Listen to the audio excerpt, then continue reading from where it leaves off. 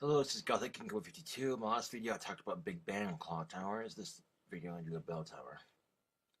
My video called Bell Ringing, a Science of Church Bells.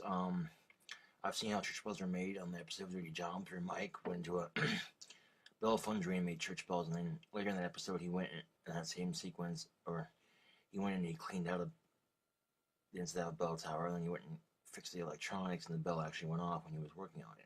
But anyway, here's the video. 7 minutes and 17 seconds. I'm thinking about my doorbell. When you gonna ring it? When you gonna ring it? Yeah, I'm thinking about my doorbell. When you gonna... Cheers, Lizzo. Now, bells. You hear them more often than you might think. Like at school when the bell goes to say it's your lunch break. Or at home when someone rings your doorbell. But I'm actually interested in church bells. And I want to know what's going on up in that tower behind me. How do bells really work? What makes a sound? Well, there's only one way to find out. Come on. I've come here to St Giles Church in South Mimms, Hertfordshire, to find out more about church bells. I want to see how the bells up in the tower create the sound that we hear. Is it really as simple as pulling on a rope? This is a church bell, like a bell tower clock tower mix. The video is called Bell Ringing, a Science of Church Bells. Is there any science? But first things first, I've come to meet my good friend Louisa. She's a maths student, and she knows a thing or two about church bells. So tell me, how exactly did you get into church bell ringing? Well, I always used to walk past my local church as a child, and I used to hear it all the time. I used to love the sound, and I had my friend's dad was a preacher, and he just kind of, and one day I just kind of got into it. Just kind of, he just like offered to. Yeah, it was just a natural occurrence. Yeah, and then I had a go and really enjoyed it. So tell me, how exactly does maths come into bell ringing itself?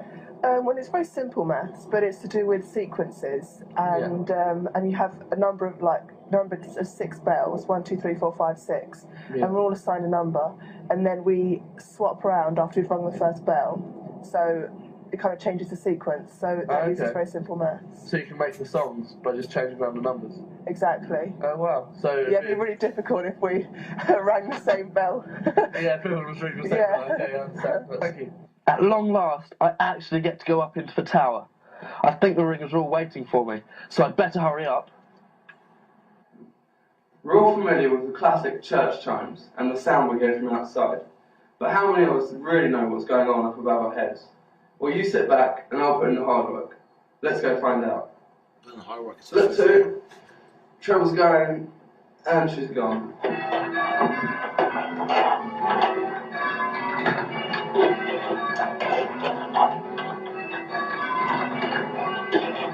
Bell ringing like this has been practiced for many hundreds of years, and I think I can see the appeal. I wonder what excitement is happening further upstairs. This part of the video shows the inside the bells have the balls ringing. Let's see what we got here then. Best wear with protective earmuffs, or I'll damage my hearing.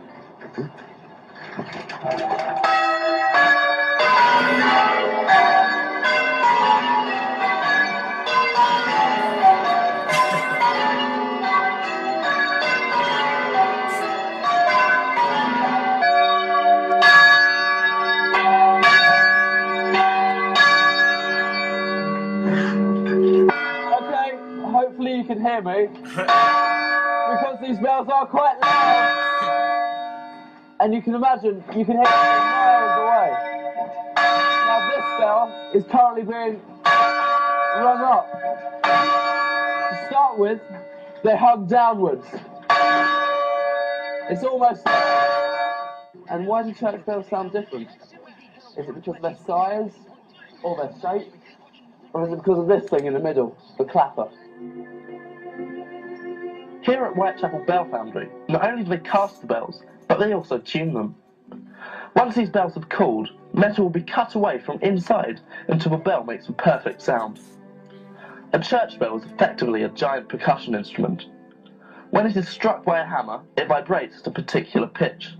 This is determined by the mass, shape, and rigidity of the metal. This is the same with any percussion instrument. With xylophones, for example, where a different size and thickness of the bar gives a different note. But with a bell, you also have a resonance chamber, which is the hollow bit in the middle. This amplifies the sound, so you can hear it when you're lying in bed on a Sunday morning. So how do bell chimes reach our ears? Well, sound travels in waves, much like ripples on a pond. Lower bass frequencies have longer waves, as in greater distances between the peaks. Let's try this one. You can see the greater distances between the peaks. But with higher treble frequencies, you get shorter waves. Let's have a look at this one. And you can see that quite clearly. In fact, the lightest bell in a church tower is referred to as the treble. And when we pull off on the ropes, you say, "Look to, treble's going, and she's gone." So if you want to find out more about bell ringing in your local area, check our website for press pack of details. Now back to you, Lisa, in the studio. Next picture shows bloopers. What they were doing is chain ringing. In other words, they pull the rope on the bell, and then they'd pull it off, and the bell would ring in a sequence. And the bell would be like, oh, I can show you with my last thing here. You see this right here? The bell would be attached to wheels on the side where that wooden thing is right there. And then it'd start off like that, and as it rings, the bell would go down like that, and then it would bring back up like that.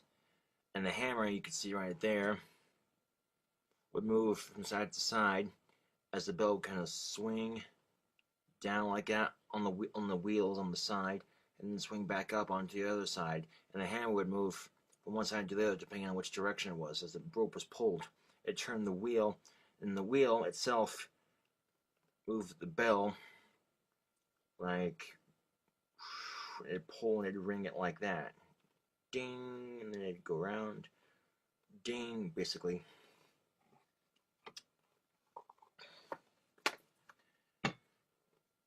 Like you have the bell right here, you know, and then you pull it, the clapper is on this side.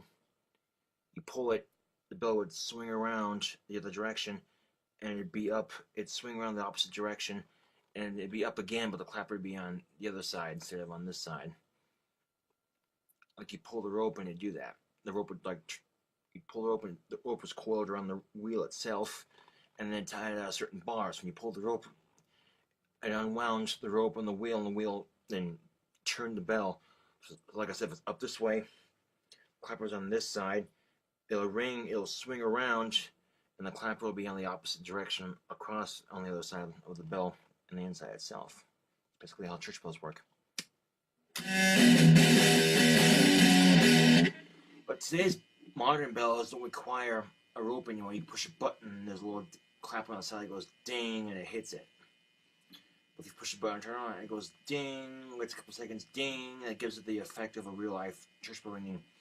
Or some towers have computerized bell systems. In other words, they type in the computer what they want recorded, and then it'll play off the bell song, and give it the sound. It'll sound like the tower actually has bells in it, and it really doesn't. There's carillons too. They have those little knobs, and they hit the knobs, and it's like a big piano of sorts. And the knobs are attached to rope which go up into the tower and are attached to hundreds of bells. So it'd be like ding, ding, ding, ding, ding, ding, ding, ding. They make a song out of it.